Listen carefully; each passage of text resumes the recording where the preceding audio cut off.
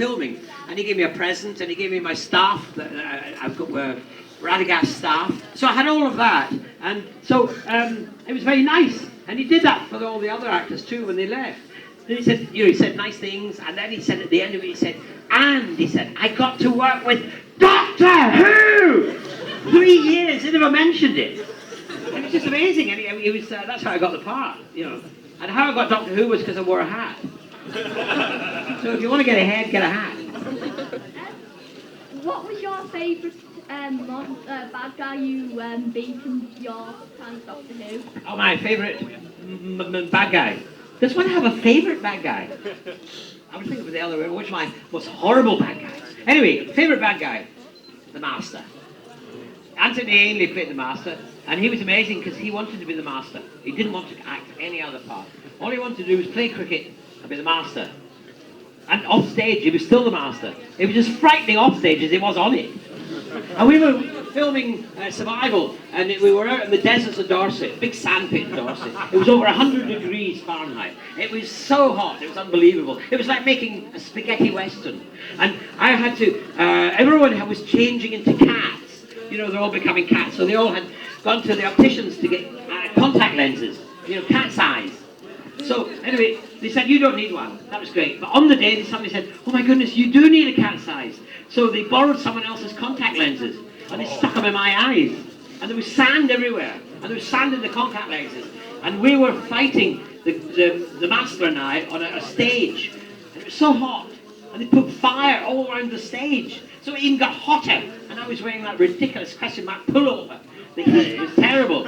And he was hitting me with a bone, a big femur. He was, poof, poof. Now, he was a method actor. I was black and blue afterwards. So he's my favourite villain. Oh, another person here making my life easy. What's your favourite episode of Doctor Who?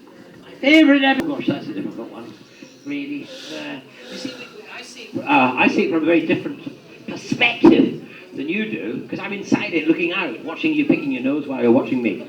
And so, for me, it's different. When I was again talking about Survival, we were in the deserts of Dorset, over 100 degrees. There were all these cat people, and they all had fun fur, really uncomfortable. There was no shade being the BBC. There was also no shade being Britain. We weren't used to sunshine in those days. Anyway, so it was so hot, it was so uncomfortable, and this girl, she kind of couldn't take it anymore. She freaked out, and she ripped off her costume, and was last seen running over a sand dune.